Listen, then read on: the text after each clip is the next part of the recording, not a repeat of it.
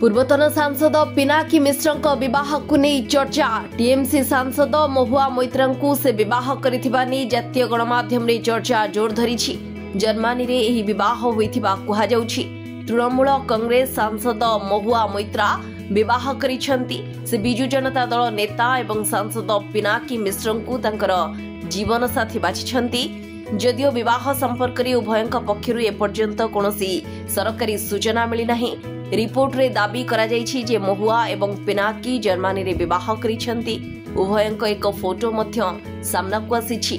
The telegraph रे प्रकाशित एक रिपोर्ट अनुसार महुआ एवं पिनाकी जर्मनी रे चुपचाप विवाह करिनिछंती।